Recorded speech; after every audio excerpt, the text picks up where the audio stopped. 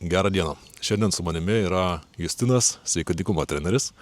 Ir aš kaip santykių mentorius nusprendžiau pakalbinti Justiną apie tai, kaip miegas įtakoja santykius, kaip įtakoja kiekvieno žmogaus išsimiegojimas arba neišsimiegojimas, jo kasdienybė ir jo reaktyvumo, būsenas ir dirglumo, o galbūt kaip tik nėra jokios įtakos, tas miegas neturi. Tai Justinai, truputį noriu iš tavęs dabar sužinoti, kokią turi įtaką miego kokybė žmogaus santykiams ir galiausiai ir poros santykiams.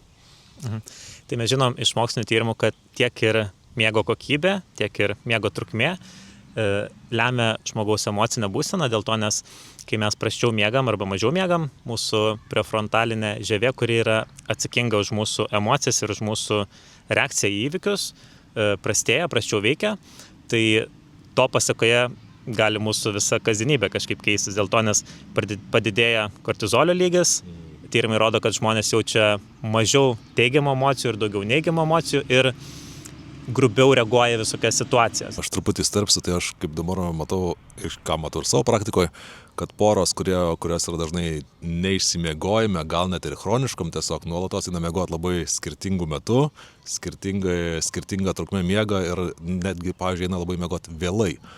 Ir matau, kad tai dažnai kelia dirglumo. Ar gali papasakoti apie tai, kaip ėjimas miegoti vienu metu arba skirtingų metų irgi įtakoja poilsį? Tai vat, čia ir ką norėjau pasakyti, kad labai svarbu suprasti, kad mums reikia ne tik tam tikros laiko trukmės, tai yra nuo 7 iki 9 valandų miego, bet mums reikia ir geros miego kokybės. Dėl to, nes mes miegame skirtingose fazėse ir yra gilaus miego fazė, kuri vyksta mūsų miego pradžioje dažniausiai.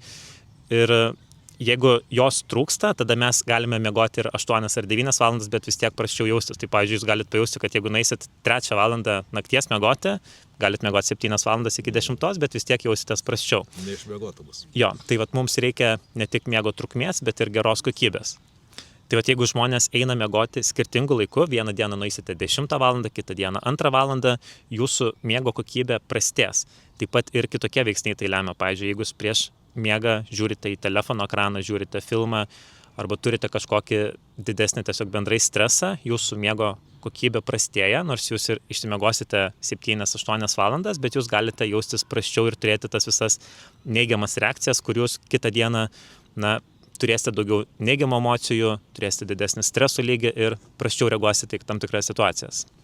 Tai kalbant iš poros perspektyvos, gaunasi, kad žmonės, kurie yra prasčiau išmiegoję, tikimybė susipykti realiai padidėja ir stipriai.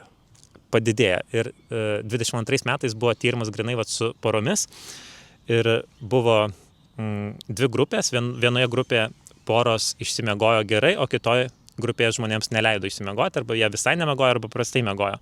Ir jiems buvo duodamas temos diskusijai tokios, temos, kurios eina į tokį šiek tiek konfliktą.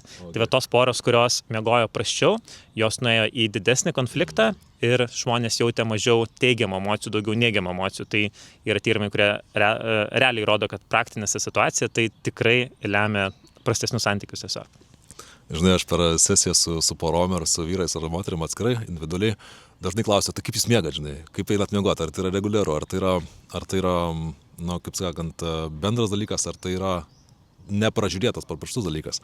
Ir dabar matau, kad savo pokalbėse su vyrais moterim ar konsultacijose reikės man kur kas anksčiau šitą klausimą iškelti, nes gaunasi, kad jeigu poilsis prastas, tai net yra sunku ir kalbėti apie darnius santykius. Taip, ir tiek ir mums, jeigu, pavyzdžiui, man trūksta energijos, aš mažiau norėsiu kitam žmogui duoti kažko teigiamo, su juo geriau kalbėti, jam, nežinau, moteriai, pavyzdžiui, vyras turbūt mažiau norės nupirkti dovanų ar su ją eiti kažkokias veiklas veikti ir panašiai. Tai kai aš turiu energijos perteklių, aš turiu ir norą eiti į gerą santykį. Ar galim sakyti, kad dabar 11 val. Eiti miegoti ir būti lovoje? Ar tai yra geras rodiklis siekti tokį miego ritmo klausimą ar ne?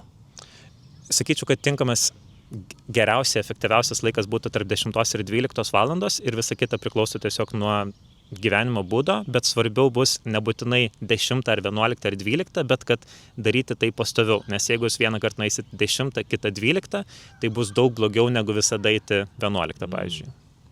O kaip manai, žinai, man dabar juokinga situacija prisiminiau, kada klausiu draugo, žinai, kaip mėgojas, tai staiga pradeda savo laikrodį žiūrėti, žinai, ir, ir ieško statistikos.